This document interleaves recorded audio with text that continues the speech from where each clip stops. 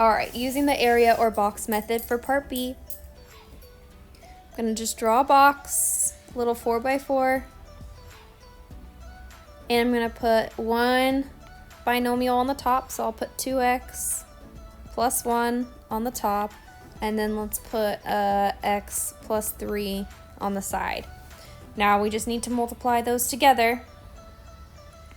So I get 2x times 1x gives me 2x squared, because I add my exponents. And then 1 times x gives me 1x, or you could just write x if you really want to. Now the second row, we're gonna do 2 times 3, which is 6, keep the x, and then 3 times 1, which is 3.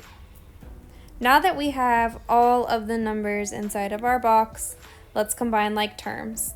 So I see that my diagonal 6x and 1x, they are both positive, so I'm going to go ahead and add them together. So my answer here should be 2x squared, because that didn't have a like term. 6 plus 1 is 7x, and then add the 3. And that, my friends, is my answer.